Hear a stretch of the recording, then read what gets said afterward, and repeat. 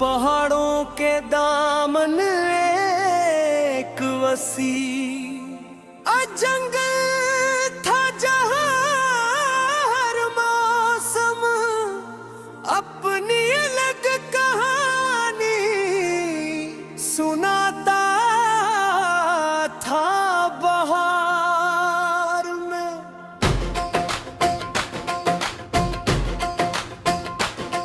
दरख्तों पर में और पलेनी को आते, गर्मियों में घुनसाया जमीन को ठंडक देता, मगर खजाते ही पूरा जंगल सुनरी और सुर्ख पैटों से भर जाता। हवा चलती तो पत्ते आस्ते आस्ते जमीन पर गिरते, ऐसा लगता जैसे आसमान खामोशी से अपने ख्वाब बखेर रहा हो। इसी जंगल के किनारे एक छोटी सी लकड़ी की जुन पड़ी थी, एक बूढ़ा लकड़ा रहता था जैसे सब बाबा यूसुफ कहते थे। इसके हाथ खर्द रहे थे मगर लहजा नरम था, वो रोज सुबह पुलेहारी कंधे पर रख कर जंगल में जाता, मगर सिर्फ सूखे दरख्तों की शाख कटता किसी हरे भरे दरख्त को कनकसा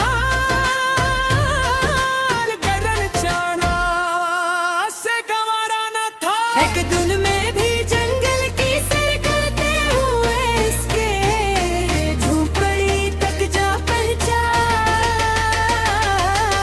ख्वाबों में सूखे पत्तों की खुशबू खिली हुई थी, सब लकड़ियों का एक छोटा सा गठा बांध रहे थे। मैंने सलाम किया,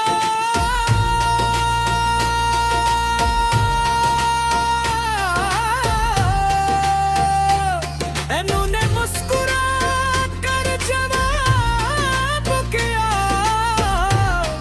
और अपने साथ बैठने को कहा। मैंने पूछा, आप सिर्फ सूखी लकड़ियां ही क्यों काटते हैं? इन्होंने एक दरख्त की तरफ इशारा करते हुए कहा, जो भी जिंदगी दे रहा हो उसे कराना जुल्म है।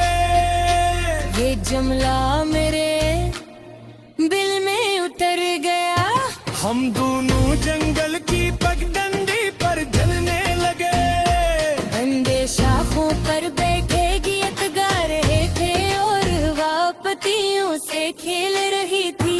अचानक नन्हर झाड़ियों पे फंस गया, बाबा यूसुफ फौरन इसके करीब गए, कांटों को हंसगी से हटाया और इसे आजाद कर दिया। हर चंद लम्हे इनमें के गारा भर जंगल की तरफ दौड़ गया। मैंने पूछा, आपने इसके लिए इतनी मेहनत क्यों की? वो मुस्कुरा कर बोले, जंगल सिर्फ हमारा नहीं अब का भी घर है।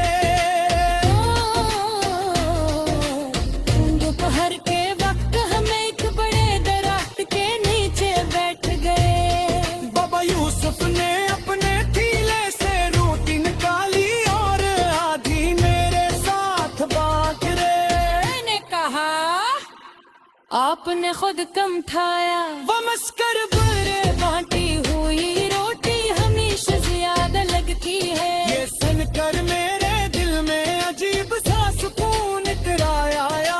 शाम ढलने लगी, सूरज की आखिरी तिरछी दरख्तों के दरमियान से छनकर जमीन पर पड़ रही थी। बाबा यूसुफ ने झोपड़ी के बाहर एक छोटा सा आग जलाया ताकि सर्दी से बचा जा सके। आग की रोशनी